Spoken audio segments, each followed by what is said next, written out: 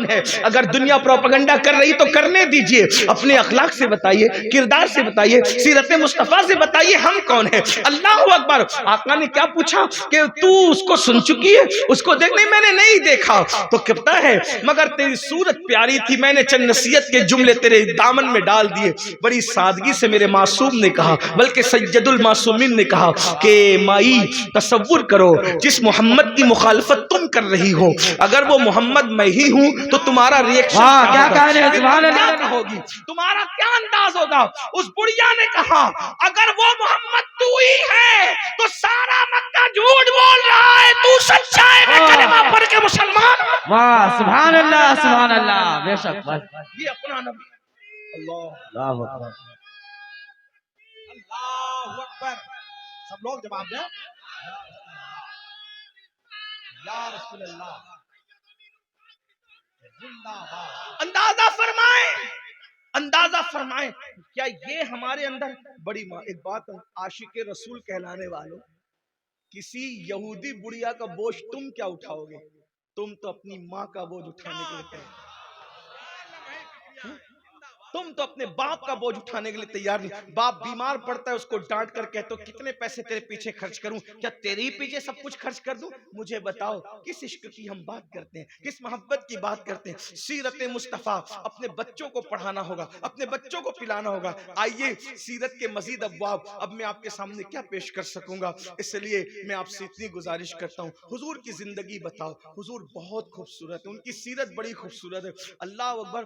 دیکھو میں آپ کو کہتا ہوں، لوگ کہتے ہیں نا کہ وہ تو دودھ دوتے تھے، چلے میں نے کہا اگر دودھ دونے والی سیرت ہی تم بیان کرتے ہو میں بھی بیان کر دوں۔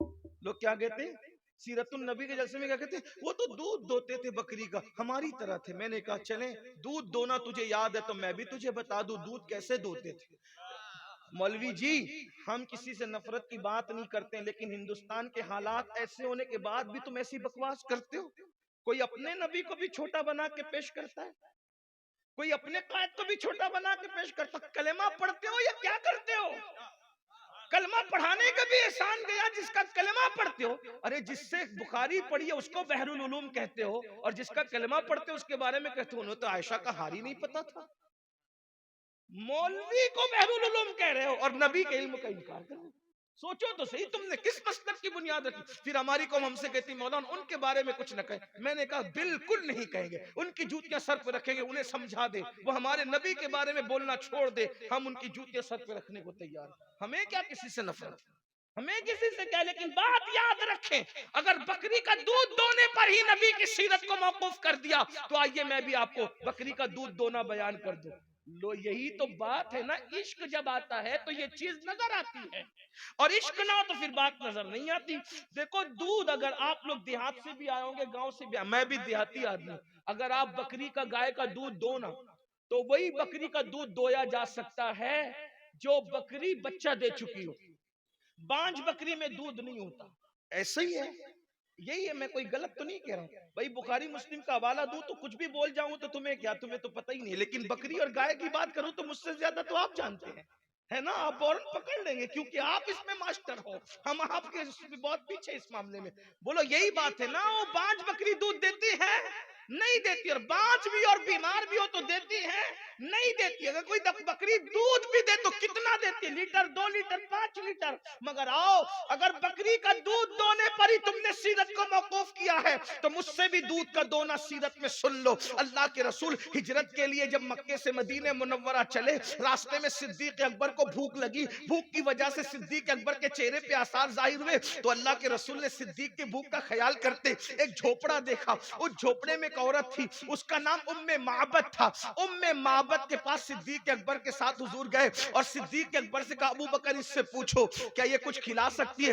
حضور نے خود نہیں کہا، حضور نے پوری زندگی کسی سے کچھ مانگا ہی نہیں، لیکن جب بات آئی ہے کچھ پوچھنے کی تو صدیق اکبر کو آگے کیا، ابو بکر پوچھو یہ کچھ کھلا سکتی ہے؟ ام معبد سے صدیق اکبر نے پوچھا کچھ کھلا پلا سکتی ہو؟ کہا گھر میں کچھ نہیں ہے اور کھلا سکتی تھی، میرے پاس بکریاں ہیں لیکن سارے بکریاں میری جو ہے جنگل جا چکی ہیں، یہ ایک بیمار بانج بکری پڑی ہوئی ہے جو کھڑے بھی نہیں ہو سکتی ہے، اس لیے میں کوئی کچھ نہیں کھلا سکتی۔ تو سرکار نے صدیق اکبر سے کہا اس کو بول کہ یہی بکری ہمیں دے دے، ہم اس بکری سے دودھ نکالیں گے. تو اس نے کہا میں نے کہا نا کہ یہ بانجھ بھی اور بیمار بھی ہے. تو اس وقت صدیق اکبر سے سرکار نے اس کو بول کے دے دے. صدیق اکبر یہ نہیں کہتے حضور بانجھ بکری دودھ نہیں دیتی، بیمار بکری دودھ نہیں دیتی. صدیق جانتے تھے یہ جو کہہ دیتے وہی ہو جاتا ہے. اللہ اکبر، اللہ اکبر. پھر میرے آقا نے کہا اس سے بول کے بکری دے دے. اس نے بکری اٹھائی، بیمار بکری دے دی. آقا نے بسم اللہ پڑھ کے بکری پہ ہاتھ پھیرا، بکری اٹھ کر کھڑی ہو گئی. کھڑی ہونے کے بعد پانی منگوایا، برتن منگوایا، پانی لیا، ہاتھ جو بسم اللہ پڑھ کے تھن کو لگایا. بابت دیکھ رہی ہے محبت یہ کیا ہو رہا ہے. میری بکری اٹھ کے کھڑی ہو گئی، اس کے تھن بھر گئے. پھر اس کے بعد حضور نے دودھ دونا شروع کیا. ایک برتن بھرا کا دوسرا لا، دوسرا بھرا تیسرا لا، تیسرا بھرا چوتھا لا، چوتھا بھرا پانچواں لا. بابت دیکھتی رہ گئی. پانچ بکری سے گھر کے سارے برتن دودھ سے بھر گئے. خود پیا، صدیق کو پلایا، بابت کو پلایا اور آگے کو بڑھے. بابت کا شوہر آیا، آ کر کے کہتا ہے دودھ کہاں سے آیا؟ وہ تو نام ہی پوچھنا بھول گئی تھی. اس نے کہا شوہر سے ایک برکت والا آیا تھا، وہ ساری برکتیں چھوڑ گیا. اس کا نام کا وہ برکت والا تھا. میں اس کو نہیں جانتی لیکن دیکھوں گی تو پہچان جاؤں گی. وہ کہہ رہے تھے کہ ہم مدینے جانے والے ہیں. معبد کے شوہر نے کہا پھر چلو ایسے برکت والے کی زیارت کریں. جب پہنچے مدینے منورہ میں تو ڈھونڈنے لگے. ایسے میں صدیق اکبر نظر آ گئے. کہ یہ اس کا ساتھی ہے، اس کا ساتھی ہے. اور اس کے بعد اللہ اکبر، جب صدیق اکبر سے کہا وہ برکت والا تیرا دوست کہاں ہے، تو صدیق اکبر مسکرا دیے کہ لوگ بھی کیا نام رکھتے اپنے انداز سے، برکت والا. اللہ اکبر. نام پتا نہیں ہے، کلمہ نہیں پڑا، برکت دیکھ کے کہا برکت والا. خدا کی قسم ہمارا نبی اتنی برکت والا ہے جس کی برکت زمین پر بھی ہے، برکت آسمان پر بھی ہے. امام کہتے ہیں آسمان خان، زمین خان، زمانہ مہمان، صاحب خانہ لقب کس کا ہے؟ تیرا تیرا. میں تو مالک ہی کہوں گا کہ وہ مالک کے حبیب یعنی محبوب محب میں نہیں، میرا تیرا. جب دونوں پہنچے تو صورت دیکھ کر معبد کے شوہر نے کہا یہ کسی جھوٹے کا چہرہ نہیں ہے، یہ سچے کا چہرہ ہے. اور دونوں کلمہ پڑھ کے مسلمان. بتاؤ نا بچوں کو اللہ اللہ کیا حضور ہے. اور زیادہ پڑھوں تو بس وقت جاتا ہے، بات اینڈ کرنا تو کہیں پڑے گی. حضور کی محبت اپنے بچوں کو بھی. حضور کا عشق، عشق بہت طاقتور چیز ہے. عشق میں بہت کو. نمبر 2، بلکہ ایک بات اس عنوان پہ آخری کہہ دوں، بچوں کی نماز کا اعتبار نہیں ہے. توجہ ہے، بہت باریک بات.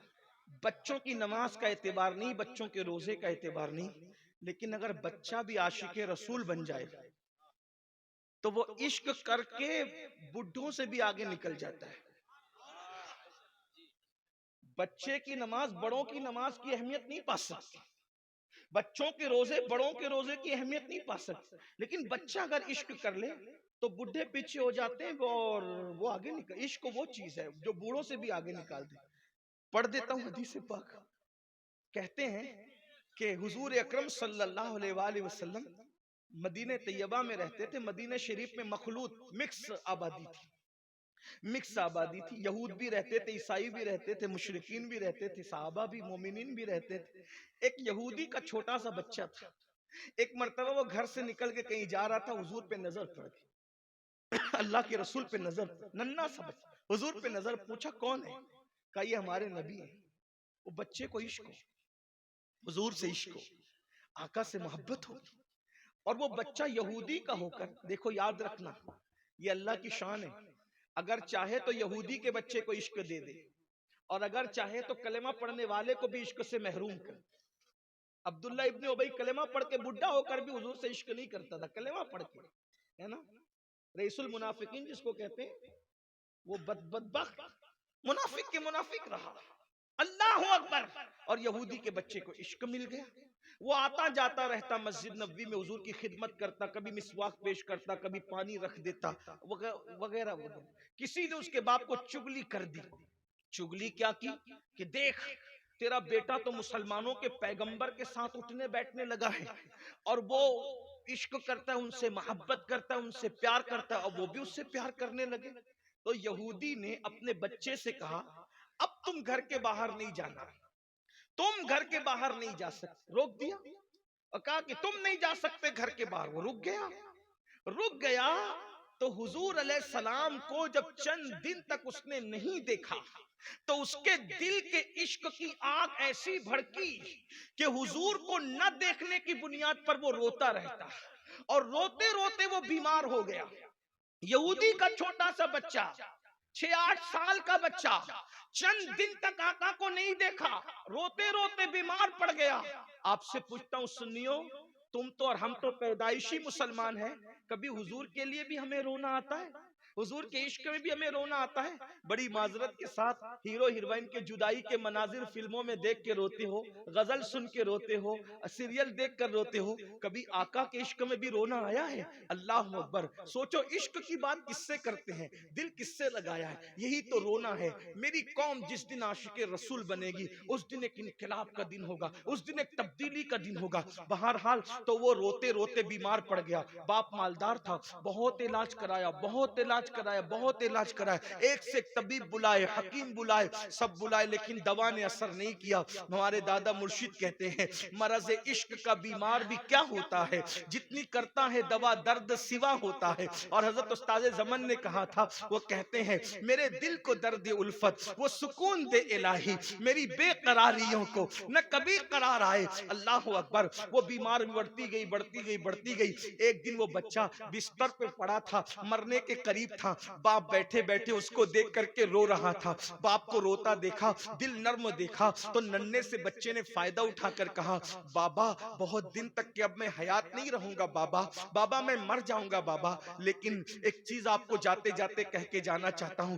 باپ نے کہا کاش تو بڑا ہوتا، میں تیری شادی کرتا، تجھے دولہا بناتا، لیکن ہائے رے قسمت، تو بچہ کو مرتے ہوئے میں دیکھ رہا ہوں، اپنے بچے کو مرتے ہوئے دیکھ رہا ہوں۔ بچے نے کہا بابا ایک بات کہتے ہوئے جاتا ہوں، مجھے کوئی بیماری نہیں ہے بابا، مجھے کوئی تکلیف نہیں ہے بابا، لیکن میری بیماری میں تمہیں بتا دوں، یہ حکیم طبیب سمجھ نہیں سکتے میری بیماری کو۔ بابا جو میری بیماری ہے وہ عشق کی بیماری ہے، میں مریض عشق ہوں بابا، مجھے عشق کا مرض ہو گیا بابا، لیکن آپ نے مجھے روک دیا، میرا محبوب ہے، اگر آپ دوا کرنے کی بجائے محبوب کی زیارت کرا دیتے تو میں اچھا ہو جاتا، لیکن بابا اتنی دیر ہو چکی، اب اگر میں محبوب کی زیارت بھی کروں تو میں اچھا نہیں ہو سکتا۔ البتہ اتنا ہے کہ مرتے مرتے میری تمنا ہے کہ ایک جھلک میں اپنے آقا کو دیکھ لوں، اپنے محبوب کو دیکھ لوں، اپنے یار کو دیکھ لوں۔ تو باپ نے کہا بیٹا کون ہے تیرا یار، کون ہے تیرا محبوب؟ کہا بابا آپ اس کو بلا کر لائیں گے نا، آپ اس کو میری اطلاع کریں گے نا؟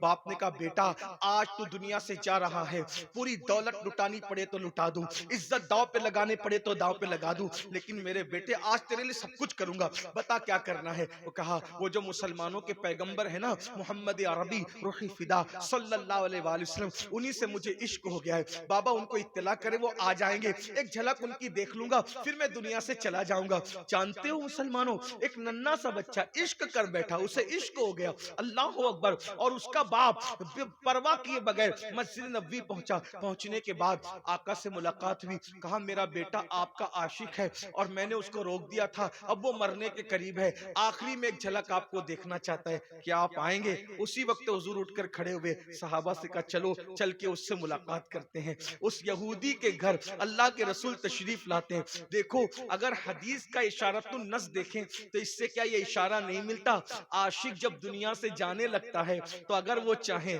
تو پھر سرہانے تشریف لا کر بیٹھ جاتے ہیں۔ عاشق کا مقدر اتنا خوبصورت ہے کہ وہ جاتا ہے تو حضور آتے ہیں، ہائے ہائے سرے بالی انہیں رحمت کی ادا لائی ہے، حال بگڑا ہے تو بیمار کی بن آئی ہے، کیسے کریم آقا ہے، اللہ اکبر، آئے اور آ کر اس کے سرہانے بیٹھ گئے، اس کی پیشانی پہ ہاتھ رکھا اور ہاتھ رکھ کے پوچھا کیسے ہو؟ وہ پھوٹ پھوٹ کے رونے لگا، رو رہا تھا اور کہا آقا اب میں زندہ نہیں رہوں گا، میں مر جاؤں گا۔ تو آقا نے اتنا سنا تو فرمایا کلمہ پڑھ، کلمہ پڑھ۔ اس نے اپنے باپ کو دیکھا، آنکھوں ہی آنکھوں میں دیکھا، پوچھا کیا کروں؟ کیونکہ باپ کا خوف بھی تھا، باپ نے آنکھوں سے کہا کیونکہ وہ عشق دیکھ چکا تھا، کہا کہ جو کہتے ہیں کر لے۔ اس نے کلمہ پڑھا، اس نے جیسے ہی کلمہ پڑھا آقا اٹھ کے کھڑے ہوئے، باہر نکلے، جیسے ہی باہر نکلے کسی نے آ کر اطلاع دی یا رسول اللہ اس ننھے سے عاشق کا انتقال ہو گیا ہے۔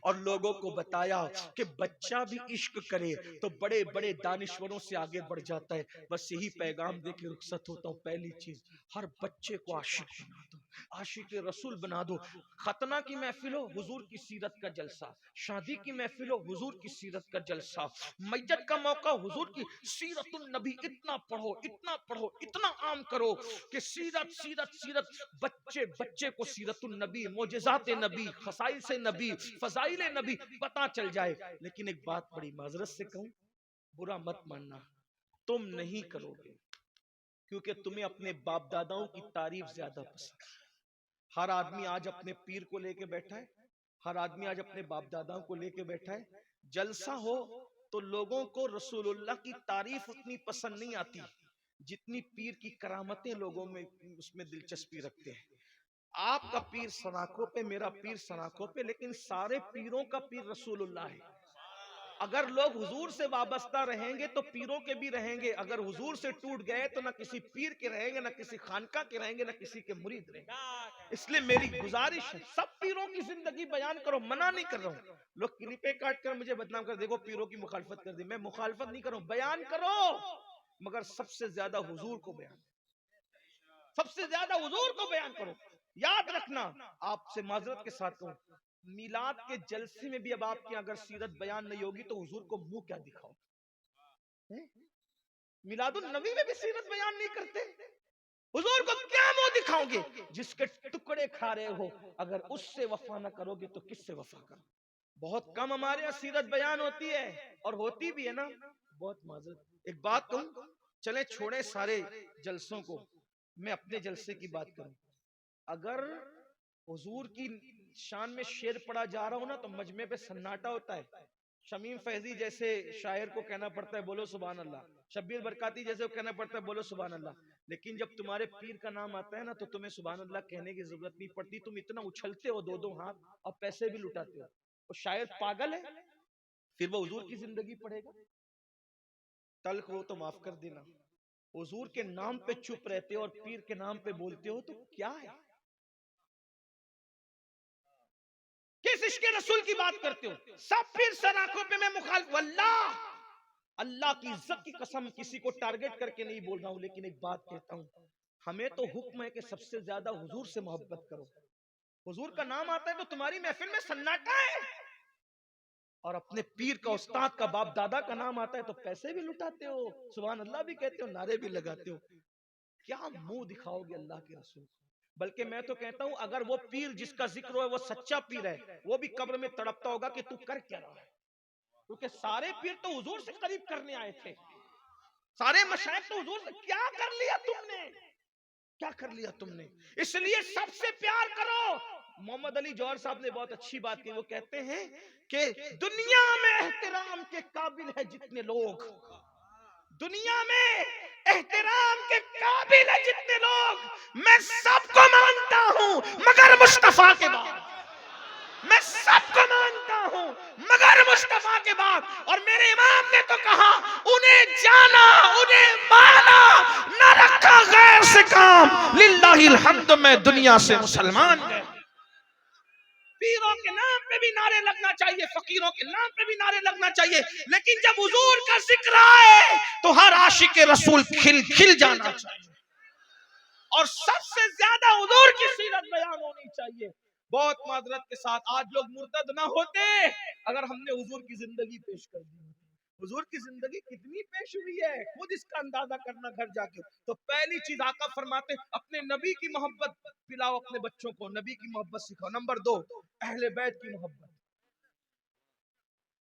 اہل بیت کی محبت، نبی کی محبت سکھاؤ گے تو ایمان آئے گا، اہل بیت کی محبت سکھاؤ گے تو ایمان بچے گا۔ اور وہ اہل البیت جو دنیا سے چلے گئے ان کی بھی محبت، اور جو زمین پہ موجود ہے ان کی بھی۔ اس معاملے میں اعلیٰ حضرت نے بڑا کردار ادا کیا، نبی اور آل نبی کی محبت جو پلائی ہے، اللہ اکبر۔ لکھا ہے آپ کی سیرت میں، امام اہل سنت اعلیٰ حضرت عید کی نماز کے بعد اپنے ماں باپ کو بھی پہلے سلام کر کے مبارکباد نہیں دیتے تھے، بلکہ پہلے سیدوں کو تلاش کرتے تھے کہ پہلے نبی کی آل کو مبارکباد دوں گا، اس کے بعد اپنے ماں باپ کو مبارکباد۔ اور اعلیٰ حضرت کے والد اور جو ان کے استاد بھی ہیں علامہ نقی علی خان رحمت اللہ علیہ اپنی کتاب تفسیر علم نشرہ میں لکھتے ہیں کہ اللہ کے رسول نے فرمایا، دھیان سے سننا اس حدیث کو، اللہ کے رسول نے فرمایا کہ جو میری اولاد کو آتا دیکھ کر ان کی تعظیم کے لیے اٹھ کر کھڑا نہ ہو، علامہ نقی علی خان اپنی کتاب میں لکھ رہے ہیں حدیث پاک، جو میری اولاد کو دیکھ کر ان کی تعظیم کے لیے اٹھ کر کھڑا نہ ہو، اللہ اس کو لا علاج بیماری میں مبتلا کر دے گا، اللہ اس کو لا علاج بیماری میں مبتلا۔ اولاد رسول امام حسن، امام حسین، سیدہ پاک، مولا علی، غوث پاک، غریب نواز، سب سادات کی اہل بیت کی محبت اپنی اولاد کو پلاؤ، لیکن ایک بات، اہل بیت کی محبت کی آڑ میں صحابہ کی گستاخی نہ کرنا۔ اہل بیت کی محبت اسی وقت کام آئے گی جب تعظیم خلفائے راشدین کے ساتھ، تعظیم اصحاب کے ساتھ ہوگی، اس کا خیال کرنا۔ ایک آخری بات عرض کر دوں اس سلسلے میں، لوگ اہل البیت کے لیے کچھ چھوٹا دل رکھتے بعض لوگ، اور جب محفل میں نعرہ حیدری لگتا ہے تو ان کو ایسا لگتا ہے کہ کیا ہو رہا ہے، کیا ہو رہا ہے، یہ لوگ رافضی تو نہیں ہو گئے؟ میں کہتا ہوں علی علی کرنے سے کوئی تھوڑی رافضی ہوتا ہے، صحابہ کی گستاخی کرنے سے رافضی ہوتا ہے، بلکہ آقا نے فرمایا ذکر علی جن عبادہ، علی کا ذکر عبادت ہے، لیکن پھر کہتا ہوں ذکر علی کرو مگر تعظیم صحابہ کے ساتھ، خلفائے راشدین کے احترام کے ساتھ، اس کا خیال کرنا۔ کچھ لوگ یہ بھی کہتے ہیں ارے وہ فلاں خانقاہ کے لوگ سید نہیں ہیں، وہ فلاں، یہ آج کل یہ بڑا تماشا چلا ہوا ہے، نسب پر تان کرنا، اعتراض کرنا۔ آپ کے پاس کیا تحقیق ہے؟ اس پر ایک بات کہنا چاہتا ہوں، صرف ایک بات، جو کہہ دینا میں سید ہوں مان لو، اگر وہ جھوٹا ہے تو حضور کی شفاعت سے خود ہی محروم رہے گا، جہنم کا کتا خود ہی بنے گا۔ آپ اپنی ذمہ داری پوری کر لیں، آپ کو تحقیق کرنے کی ضرورت نہیں، ہاں لیکن کوئی واقعی آپ کے سامنے ہی بناؤ، آپ کے پاس ثبوت موجود ہو، پھر اسے نہ مانو۔ اس سلسلے میں صرف ایک بات عرض کر کے بات پوری کرتا ہوں، دھیان سے سنو۔ کچھ لوگ تو یہ بھی کہنے لگے کہ ہندوستان میں کوئی سید نہیں ہے، کچھ لوگ اتنے گندے جملے بھی اب آ گئے ہیں کہ ہندوستان میں غریب نواز کے سوا کوئی سید نہیں ہے۔ محبوب الہی پھر کون ہے؟ مخدوم اشرف جہانگیر سمنانی کون ہے؟ صابر کلیر کون ہے؟ آپ بتائیں تو صحیح، سرکار بختیار کاکی کون ہے؟ سرکار بندہ نواز گیسو دراز کون ہے؟ لیکن بات یاد رکھنا، جملہ تلخ ہو تو معاف کر دینا، اصل میں نبی کی آل کی توہین اور گستاخی وہی کرتے ہیں جن کی ماں نیک نہیں ہوتی۔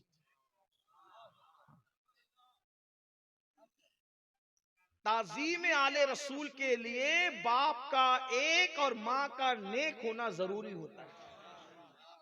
اگر سماعتوں میں بار نہ ہو تو ایک جملہ کہہ کے آگے بڑھ جاؤ، جو چندے سے پیدا ہوتے ہیں پھر وہ رسول اللہ کی آل کا حق نہیں مانتے۔ یہ بات یاد رکھنا، آل رسول کا حق وہی مانے گا جس کا خون میں حلال پن ہوگا، اور یاد رکھو یہ کتنا بلند کرتا انسان کو۔ علامہ ارشد القادری رحمت اللہ علیہ نے بڑی خوبصورت بات لکھی ہے، اس کو پیش کر کے بات پوری کرتا ہوں۔ ایک مرتبہ کا واقعہ ہے، ایک غریب سی سید زادی، ایک بہت غریب مفلسی نے گھر دیکھ لیا تھا، غریب تھی، حالات کی ماری، حالات کی ستائی ہوئی، بچیوں کو ایک جگہ پر رکایا، دوپٹے پھٹ گئے، کپڑے پھٹ گئے، پہننے کے قابل نہیں تھے۔ سوچا چلو مسلمانوں سے کچھ طلب کریں، ایسے بھیک مانگیں گے تو لوگ کم دیں گے، اور نسب بتا کے مانگیں گے تو کچھ زیادہ مل جائے گا۔ ایک سوداگر کے دروازے پہ پہنچی، اور پہنچنے کے بعد کہا بابا ہماری مدد کر دو، ہم سید لوگ ہیں۔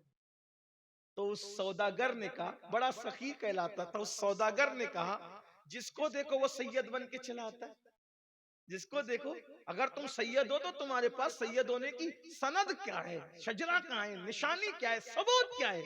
اس نے کہا بابا جو روٹی کے ٹکڑے کو محتاج ہو وہ شجرہ نسب لے کے کہاں گھومے گا؟